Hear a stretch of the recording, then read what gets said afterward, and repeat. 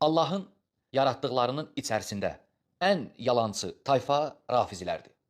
Özləri kimi ikinci yalançı tayfa yoxdur. Qəzəblənib eləməmişdi. Fatimə radiyallahu anhə Əbu Bakrdan razı qalaraq öldü.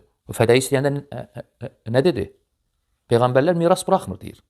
Yəni sənin atan miras buraxmıyor. Hə? Sustu. Sustu. Bunlar elə bilirlər ki, susmaq nədir? Qəzəbləndi Əbu. Sustu.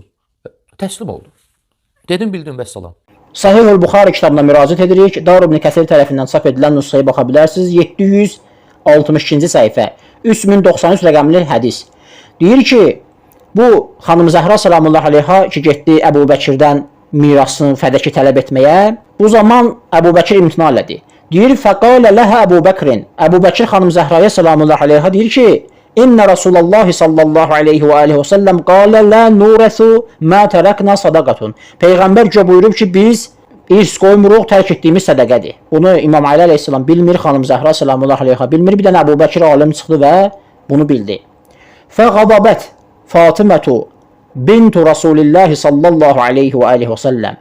Allah Rasulunun qızı Fatimə qəzəbləndi. Fəhəcərət Əbə Bəkir və Əbu Bəkiri tərk elədi, çıxdı, getdi.